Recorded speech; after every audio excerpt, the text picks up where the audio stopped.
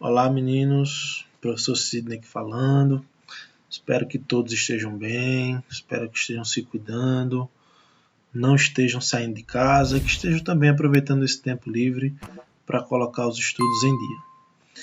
E aí hoje nós vamos falar um pouco sobre espelhos esféricos, para que a gente possa dar continuidade a esses nossos estudos meio que à distância, né, sem todo aquele contato diário, mas é o que dá para fazer nesse momento, então vamos aproveitar esse tempo e vamos continuar os nossos estudos. Então, para falar sobre espelhos esféricos, então vamos relembrar um pouquinho das aulas de matemática, o formato geométrico aqui. Então, vamos relembrar um pouco da esfera. E aí vamos imaginar que nós vamos fazer um corte nessa esfera e vou retirar apenas uma parte da própria esfera. E aí a gente vai obter uma figura chamada de calota esférica. E aí essa calota esférica é que vai nos permitir formar os espelhos esféricos. Que aí dependendo de qual seja a face, o espelho ele pode ter uma nomenclatura diferente. Então nós podemos ver aqui a face côncava, que é a face que tem a concavidade, ou seja, a parte de dentro da esfera, e aqui a face convexa, que é a face que representa a parte de fora dessa esfera. Então, partindo dessa calota esférica, nós teremos alguns pontos específicos. Um é com relação ao eixo principal. Então, nós traçamos essa reta aqui, que vai cortar o espelho em algum ponto, ou a calota esférica em algum ponto, e aí nós temos o eixo principal. O ponto de encontro do eixo principal com a calota esférica, ou com o espelho esférico, nós vamos chamá-lo de vértice. Além desse vértice, nós temos mais alguns pontos, que aí nós temos o raio, ou raio de curvatura, também assim chamado, que nada mais é do que o raio daquela esfera. E aqui nós temos todo o formato da esfera e apenas a calota esférica que vai nos interessar como espelho. E o pontozinho aqui que nós temos é o centro de curvatura. Então, lembrar dessas nomenclaturas aí, porque mais para frente isso vai ser muito importante para a gente na hora da resolução das questões. Então, com relação aos espelhos, basicamente nós teremos uma representação muito parecida com essa daqui, onde, nesse caso aqui, nós temos um espelho côncavo. Por que ele é côncavo? Nós temos três tracinhos aqui, tanto aqui em cima como aqui embaixo, que vai representar a parte do espelho que não reflete. Então, quer dizer que se essa parte de cá é a parte que não reflete, a parte que vai refletir é justamente a parte contrária. É a parte que nós chamamos aqui como parte de dentro. É a região interna da calota esférica. Então, o espelho será chamado de côncavo. Do outro lado, nós temos os tracinhos na parte de dentro. Então, quer dizer que ele vai refletir com a parte de fora. Então, nós temos um espelho convexo. Com relação ao espelho côncavo, nós temos o foco e o centro de curvatura. Então, nós temos algumas incidências com relação ao raio. Então, nós temos aqui raios incidindo paralelamente ao eixo principal. Então, essa retinha aqui seria o eixo principal e esses dois raios que incidem no espelho, eles incidem paralelamente. Então, veja que ao incidir no espelho, eles são refletidos passando pelo foco. A mesma coisa ocorre na parte de baixo. Para o espelho côncavo vai ser algo parecido. Qual é a diferença? É que agora, no espelho côncavo, o foco ele fica por trás do espelho. E não tem como o raio de luz ir para trás do espelho. Obviamente, ao incidir sobre o espelho, ele vai ser refletido. Só que se eu fizer uma projeção desse raio indo em direção ao foco, ele seguiria esse caminho. Obviamente, ele não vai conseguir atravessar o espelho. Então, o que acontece? Ele vai ser refletido nessa mesma reta aqui. Então, como é que vai ficar? A mesma coisa vai acontecer para todos os outros. Então, eu vou traçar uma reta como se o raio estivesse indo na direção do foco e, consequentemente, vai ser sobre essa reta que vai estar o meu espelho, o meu raio refletido. E aí temos o que chamamos de raios notáveis. Então, a nossa primeira definição aqui é justamente com o que eu falei no slide anterior. Então, todo raio de luz que incide paralelamente ao eixo principal, ele reflete-se numa direção que passa pelo foco. Ou seja, se ele propaga-se paralelo ao eixo principal, ele sempre será refletido passando pelo foco. Não importa qual tipo de espelho. Nós temos aqui o exemplo para o espelho côncavo, mas do mesmo modo ocorre com o espelho convexo. E aí eu volto a repetir, qual é a diferença? É que ele não chega até o foco, porque o foco está por trás do espelho. Então ele vai se propagar na direção contrária ao foco, ou seja, se afastando do foco e não mais se aproximando, como foi no exemplo anterior para o espelho côncavo. Parte de baixo, do mesmo modo. Então, nossa segunda definição: todo raio de luz que incide numa direção que passa pelo foco reflete paralelamente ao eixo principal. Então é o caso inverso. Então, se ele passa pelo foco, obviamente vai ser refletido paralelamente ao eixo principal. Não importa de qual direção que ele vem. Passou pelo foco, vai ser incidido paralelamente. Não importa também qual tipo de espelho. Então, no caso aqui, ele não vai conseguir chegar ao foco, novamente, porque o foco está por trás do espelho, mas ele vai ser refletido paralelamente ao eixo principal. Então, de novo, não importa qual a direção. Um outro caso que nós temos é todo raio de luz que incide numa direção que passa pelo centro de curvatura reflete sobre si mesmo, ou seja, ele vai e volta pelo mesmo caminho. Então, se ele vai passando pelo centro de curvatura e atinge o espelho, ele vai voltar pelo mesmo caminho. Então, ele veja que ele vai e volta pelo mesmo caminho. A mesma coisa aqui, veio, então ele vai voltar pelo mesmo caminho. Ou seja, se ele vai passando pelo centro, ele também volta passando pelo centro de curvatura. Para o espelho convexo, a mesma coisa.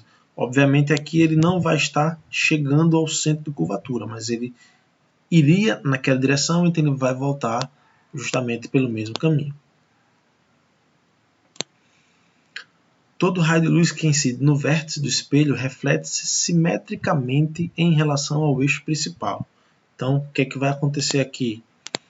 O vértice é justamente o ponto de encontro do espelho com o eixo principal. Então, nesse caso aqui, o raio atinge o vértice, no caso ele vai ser refletido aqui na parte de baixo, formando o mesmo ângulo de incidência, ou seja, o ângulo de incidência será igual ao ângulo de reflexão. Então, nós temos ali em cima um ângulo θ, então aqui embaixo também teremos um ângulo θ, ou seja, o ângulo de incidência será igual ao ângulo de reflexão. A mesma coisa vale para o espelho convexo. Então, mesma situação. Então, veja que tudo que acontece em um tipo de espelho vai acontecer igualmente para o outro espelho. E aí a gente vai entender um pouquinho aqui sobre a formação das imagens. Então, o primeiro caso é quando o objeto está além do centro de curvatura, ou seja, está atrás ou antes do centro de curvatura.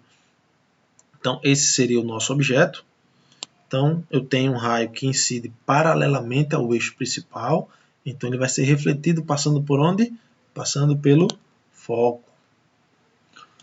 Uma outra situação, quando ele incide passando pelo foco, como é que ele vai ser refletido? Paralelamente ao eixo principal. E aí, justamente nesse ponto de cruzamento dos raios, que eu tenho formado a imagem do objeto. Então, essa imagem ela é real, porque ela está à frente do espelho. Ela é menor, isso a gente consegue ver pela própria imagem, pelo tamanho da imagem, e invertida porque ela está de cabeça para baixo. Então, facilmente falando, ela estará de cabeça para baixo. Fisicamente falando, nós vamos representar esse termo como invertida. Segundo caso, nós temos o objeto no centro de curvatura. Então, exatamente em cima do centro de curvatura. Então, vamos fazer aquelas mesmas condições. Um raio que incide paralelo vai ser refletido passando pelo foco. Um raio que incide passando pelo foco é refletido paralelo. Então, veja que eles vão se encontrar nesse ponto.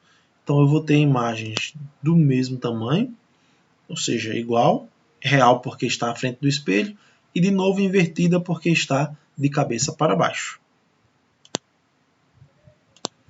Nosso terceiro caso, o objeto está entre o centro de curvatura e o foco. Então, esse é o nosso objeto aqui, ó, entre o centro de curvatura e o foco. Mesma situação, paralelo passa pelo foco.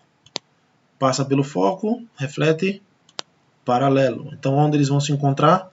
De novo, está à frente do espelho, então vai ser real. A gente consegue ver pelos tamanhos que agora essa imagem ela é maior que o objeto. E ainda assim de cabeça para baixo, ou seja, invertida.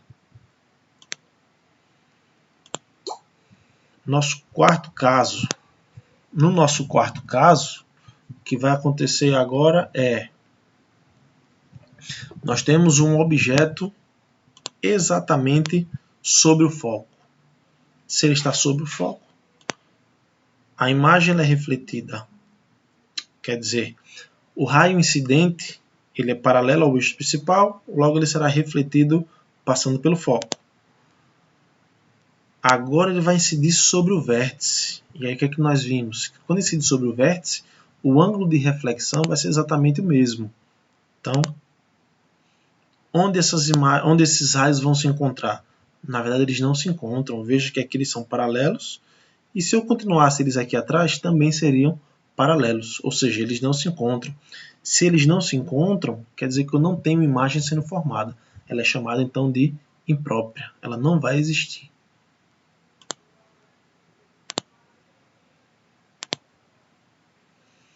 O nosso quinto caso é quando tem um objeto entre o foco e o vértice.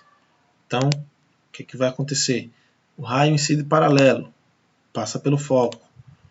O raio que incide sobre o vértice, faltou um raio aqui.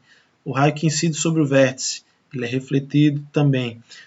Vejam que à frente do espelho esses raios não vão se encontrar, mas se eu projetá-los por trás do espelho, aí sim eu tenho esses raios se encontrando. Então ali eu vou ter essa imagem se formando. Nesse caso, vai estar se formando por trás do espelho. Se é por trás do espelho, então nós temos um objeto virtual, já que está atrás do espelho. Pelos tamanhos, nós vimos que é maior. E agora a imagem está, diríamos assim, de cabeça para cima, ou seja, na posição que nós chamamos fisicamente de direita. Então, ou é direita ou é invertida. Lembre-se, a invertida que nós chamamos de cabeça para baixo. Então, em outras palavras, nós diríamos que essa aqui está cabeça para cima, ou seja, ela é direita. Para o espelho convexo, nós vamos ter essa outra situação aqui. Então, o objeto vai estar em uma posição qualquer, até porque aqui ele não tem como estar entre foco e vértice, porque foco, vértice, está atrás do espelho. Então não faz sentido eu colocar um objeto atrás desse espelho. Então ele tem que estar à frente. Então ele vai estar numa posição qualquer à frente do espelho. Então o raio ele incide paralelamente, então ele é refletido passando pelo foco. Então o foco estaria nessa posição. E um outro aqui, ó, passando pelo centro de curvatura. E aí, se cruzando, vai ficar virtual, porque atrás do espelho, menor, isso a gente consegue perceber somente olhando para a imagem, e direita, justamente porque ela não está de cabeça para baixo, ou seja, ela não é invertida. Então, cabeça para cima, chamamos de direita. E aí, com relação ao estudo analítico, nós temos o O como sendo o tamanho do objeto, nós temos o I como sendo o tamanho da imagem, temos P e P'. Faltou aqui o P'. Então, o P é a distância do objeto para o espelho. O nosso P' que apareceu aqui seria essa distância aqui, que é a distância da imagem para o espelho. Então, nós temos que 1 sobre F, o F é o foco, é igual a 1 sobre P, que é a distância do espelho para o objeto, mais 1 sobre P', seria essa distância aqui, que é do espelho para a imagem. E aí nós temos as equações do aumento linear, onde o aumento vai ser o tamanho da imagem dividido pelo tamanho do objeto, ou menos a distância da imagem para o espelho dividido pela distância do objeto para o espelho. E como aqui eu tenho A e aqui eu também tenho A, então eu posso igualar essas duas equações. E aí eu passo a ter essa nova equação aqui. Então, todas as três posso estar utilizando para o cálculo do aumento linear. Agora que apareceu o nosso P' aqui na figura. E aí, algumas características com relação à imagem e objeto. Então, P é a posição do objeto, como já citei anteriormente. P' é a posição da imagem. E aí nós temos que tomar um pouco de cuidado com essas variáveis e essas interpretações. Se o valor de P' for positivo, quer dizer que a imagem é real, ou seja, ele está à frente do espelho. Se o P' for negativo, quer dizer que a imagem é virtual, ele está atrás do espelho. O O é a altura do objeto. O I é a altura da imagem. Então, se o I for positivo, quer dizer que a imagem é direita, ou seja, está de cabeça para cima. Se o I for negativo, a imagem é invertida. Então, quer dizer que ela está de cabeça para baixo.